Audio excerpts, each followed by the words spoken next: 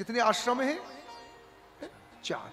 पहला आश्रम कौन सा? ब्रह्मचर्य। दूसरा गृहस्थ, तीसरा वानप्रस्थ, चौथा इस सबकी व्याख्या भागवत में ब्रह्मचर्य। जैसे हमारे यहाँ आजकल हॉस्टल बन गए हैं ना बच्चों को, पहले क्या थे? बोलो ना, गुरुकुलम। पहले भी चाहे राजा हो या रंग को, सबके बेचा गुरुकुल जाते थे और वहां जाकर गुरु की सेवा करते थे। यही नियम है, गुरु की सेवा करे, गायत्री की उपासना करे, ज्यादा श्रृंगार नहीं करे। फिर क्या लिखा है भागवत में? लिखा है जो विद्यार्थी पढ़ने गया ब्रह्मचारी, वो एकांत में स्त्रियों से बात नहीं करे। यदि लगे मैं जीवन भर ब्रह्मचारी रह सकता हूं तो ठीक है, नहीं तो शादी कर लेनी चाहिए। ब्रह्मचारी की 2 स्थिति है, नैष्टिक और उपकुर्वा। इसके बाद चर्चा है वानप्रस्थ की। पति पत्नी जंगल में जाएं, अग्नि की रक्षा के लिए पर्णकुटी बनावे, बिना जोते बोए जो अन्न मिले उसका सेवन करें।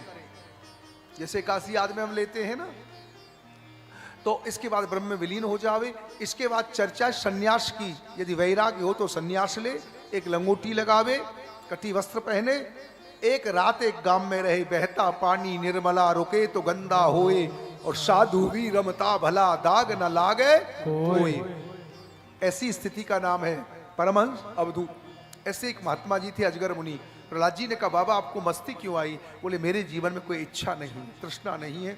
मैंने अजगर को गुरु बनाया, मैंने अपने जीवन में भौरा को गुरु बनाया, उनसे यही सीखा, लिप्त मत हो, लिप्त मत हो। बोले, महाराज जी कुछ पूछना था आपसे। आपने गृहस्थाश्रम के बारे में कुछ नहीं बताया, आपने गृहस्थाश्रम के बारे में कुछ नहीं बताया। अब जो व्याख्या है भागवत में वो कौन से आश्रम की है? भैया सुनो, आप किस आश्रम में हो? तो इसकी व्याख्या भागवत में की है, इस पर थोड़ा ध्यान देंगे आप लोग। गृहस्थी का धर्म क्या है? जो भी कर्म करो सब कृष्ण को अर्पण कर दो। मैं कई दिन से कथा, जैसे हमने भोजन बनाया, किसी का फोन आया, बहन क्या कर रही हो? बोले, ठाकुर जी को रसोई बना रही हो। भोजन को भी ठाकुर की सेवा बना दो। कैसे? जो दाल चावल रोटी घर में बन रही है, उसको कृष्ण का भोग लगा करके पति को खिलाना, तो क्या हो जाएगा वो? बोलो ना, वो कर्म ही धर्म हो गया। भागवत में ही लिखा है, सब कर्म वासुदेव का। हम दुकान में भी जा रहे हैं, ये क्या है? ठाकुर की सेवा है ना। कैसे भाई? धन नहीं होगा तो क्या होगा? बेटी की शादी कैसे होगी? और भागवत कैसे करवाएंगे? पूजा पाठ कैसे? अन्नदान कैसे करेंगे? तो ये भी तो हमारा कर्म है। कुछ लोग समझते नहीं है। कुछ लोग कहते हैं गीता सन्यासियों के लिए ना, गीता तो कर्म योगियों के लिए है। अर्जुन कहता मैं भीख मांग के खाऊंगा, श्री कृष्ण कहते हैं नहीं, कर्म करो। तो अब बाणिया का बेटा कहे मैं भीख मांग के खाऊंगा, समझदारी है क्या? बोलो ना। धर्म क्या है उसका? कर्म करे, औरों को भी खिलाए, भजन भी करे, वासुदेव अर्पण करे। यहां पर गृहस्थी का धर्म क्या है? जहां पे भगवान की कथा हो रही हो, समय निकाल के आए, जहां उत्सव मनाए जा रहे हो, वहां जरूर जाना चाहिए।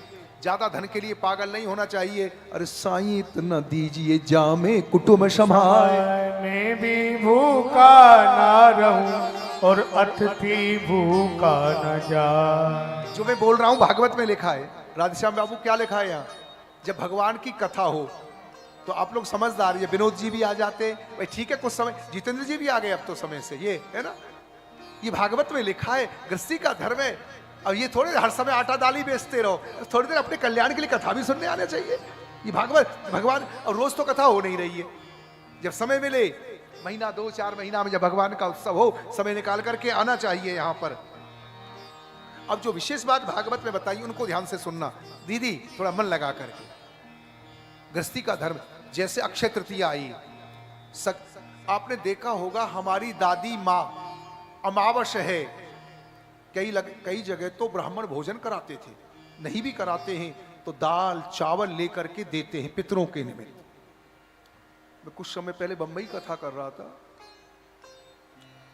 तो बहुत बड़ा परिवार नहीं था, तो वहां क्या हुआ, जैसे ही भोजन बना मैं वहीं बैठा था, भोग लग गया, एक बड़ा सा टिफिन आया, उसको भरा और नौकर को कहा दे आओ।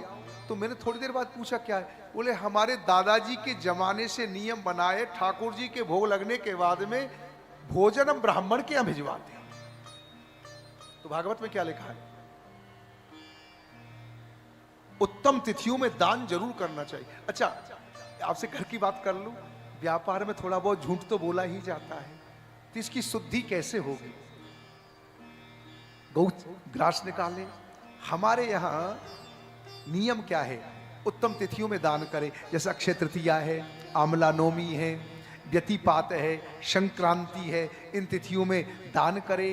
गंगा नहाने के लिए जाए, समय समय पर तीर्थ यात्रा करे, कभी अयोध्या दर्शन करे आवे, काशी जी जाए, 3 जगह काम करो, वहां स्नान करना, दान करना और ध्यान करना सतपात्र को।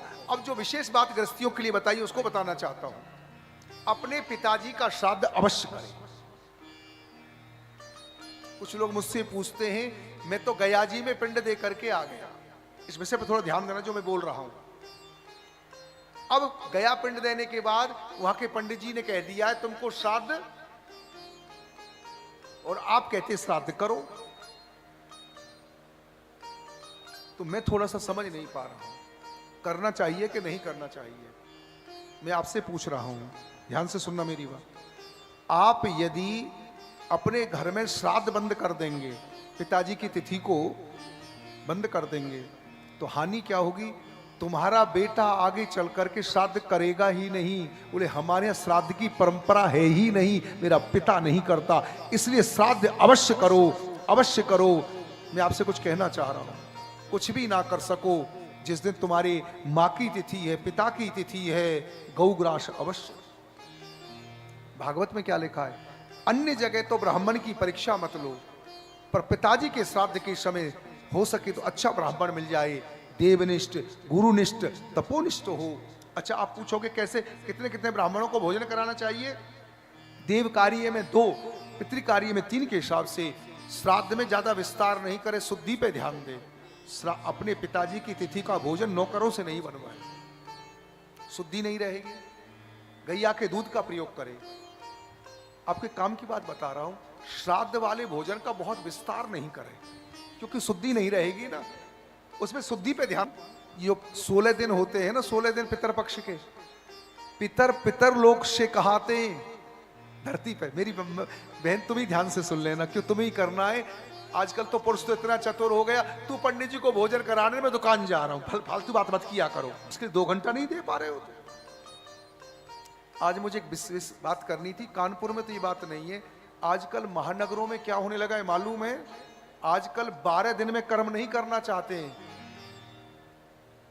आर्य समाज के हिसाब से कै दिन में कर देते हैं, कै दिन में हो जाता कर्म है? इसका हानि क्या हो रही है? फिर पितर दोष आ गया घर में, फिर पंडितों के पीछे डोल रहे हैं। 2-2, 3-3 दिन में कर्म कर देते, हो सकता है क्या ये?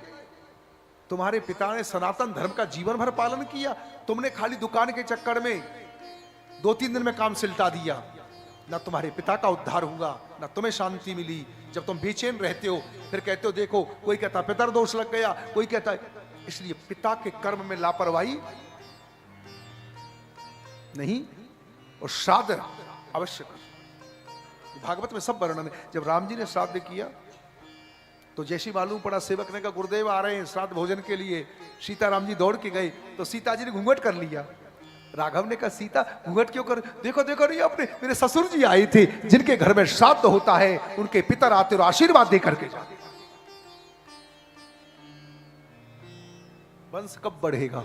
जब पितर प्रसन्न हो। श्राद्ध अवश्य कर, श्राद्ध को कभी नहीं छोड़ना चाहिए। गौग्रास दो।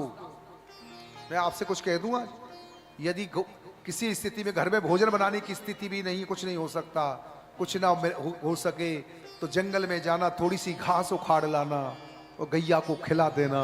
आज मेरी माँ की तिथि है, आज मेरे पिता की तिथि है, पर उसको खाली मत जाने देना यहाँ पर। अच्छा, कुछ लोग हमसे पूछते हैं, कुछ लोग, हम 7 भाई हैं, पिताजी का श्राद्ध 7 जगह करें या 1 जगह करें? क्या विचार है भाई? मेरे ध्यान से समझना, या तो 7 भाई एक जगह इकट्ठे हो जाओ, और नहीं तो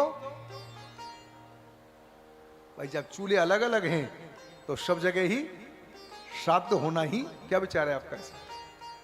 या तो पूरा परिवार इकट्ठा हो, पिताजी की तिथि है, हम सब लोग मिलकर के वहां और नहीं तो क्या करना चाहिए? श्राद्ध अवश्य करे।